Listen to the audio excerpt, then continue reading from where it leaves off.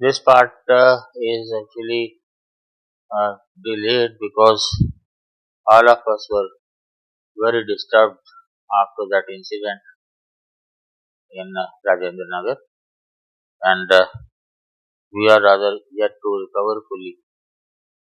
And of course, our students were equally disturbed, and we had to console them as well and advise them how to proceed.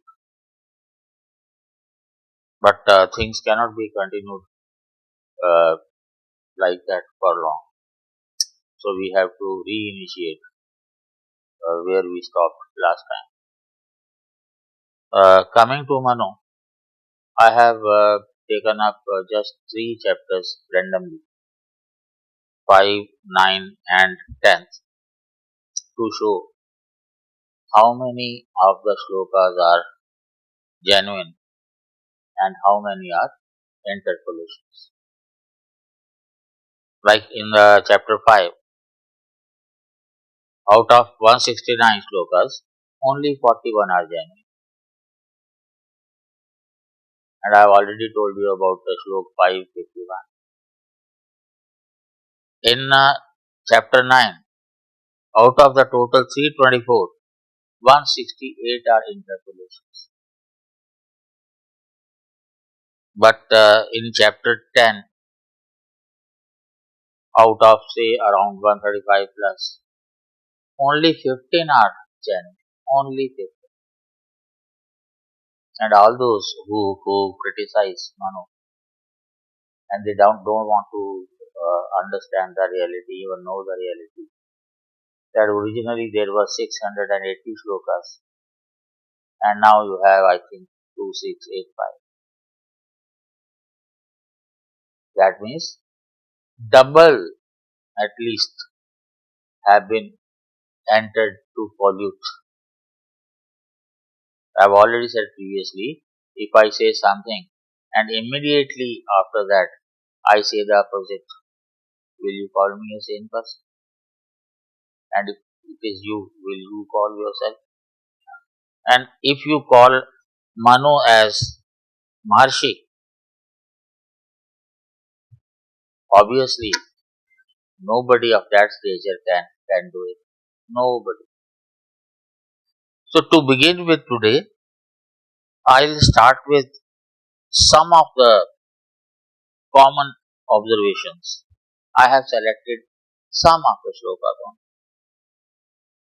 Like we have chapter 9, slok 96.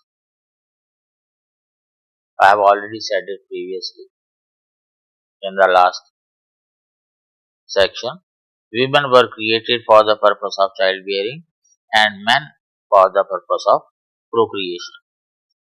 Hence, it is that religious rites have been ordained in Vedas as common between the man and his wife. So those who think that Manu is against women, what will they say about it? And what they do? They use interpolated shlokas. Like you have slok 2 of chapter 9. During the day and the night, women should not be left to themselves by their men. If they become addicted to sensual objects, they should be kept under one's control. And this is, they repeat again and again. Like the next slok immediately, slok 3, it says, the father guards her during virginity, the husband guards her in youth, the sons guard her in old age, the woman is never fit for independence. And they say that Manu is against women and typically patriarchal. If I tell you, even when we call our gods, we prefix the name of the spouse. Radheshyam, Sitaram, Gauri Shankar. And even we have the concept of Ardhanarishwar.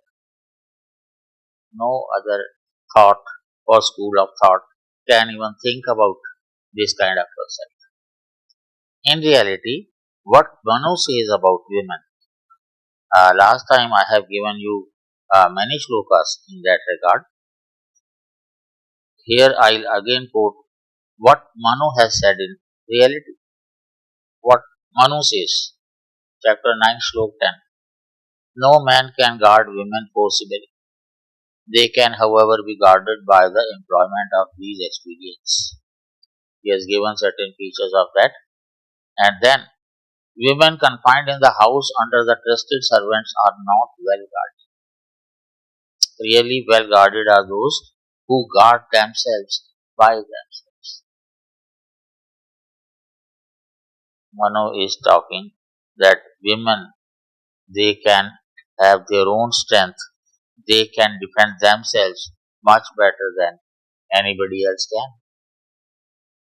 The interpreted shlokas are, even though carefully guarded, they injure their husbands on account of their passion for males, of fickle-mindedness, and of innate want of tenderness. 9:15. And the next one, 9:16. Knowing this disposition to be innate in them from the very creation of the Lord, the man should make the highest effort to guard them. Again, guarding them. But what Manu has said in true sense in chapter 5, slok 156, till her death, she should remain patient, self controlled, and chaste seeking, that most excellent merit that accrues to women having a single husband.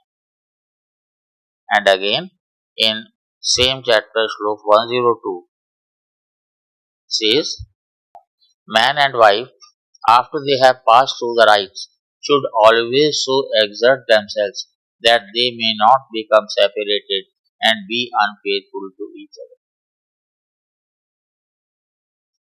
We have the concept of living together forever.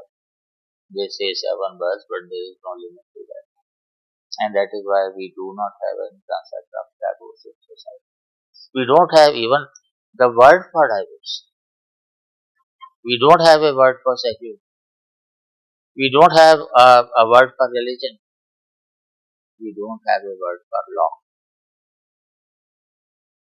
It does convey a lot about our culture. So, women, the way they are, I don't think no other philosophy, I won't call it religion. Hinduism is not a religion. Like they call our school of thought. I got Sanatan Dharma. And if you look at the qualities of Dharma, even in Google, 10 qualities are there. None of them is related to rituals, and none of them is related to other things related to that. So, women by nature, they are as good as men, or even better. And not only that, even in terms of inheritance, what Manu says. Manu says that all the wealth belongs to the Karta, the head of the family, and which is a male. And that's why they call it a patriarchal society. And if after the death of Karta, the brothers decide to divide the property, if they don't, then the eldest one becomes the Karta. If they decide how it will be divided, firstly, the eldest brother will, let us say there are 4 brothers, the eldest brother will have 5% of the total. The younger, half of that, still younger, half of that, and so on. And whatever remains will be equally divided amongst the brothers. Nothing for sisters. Daughter gets 1/4 from the share of every brother. If there are 4 brothers, they will be counting 1/4 each.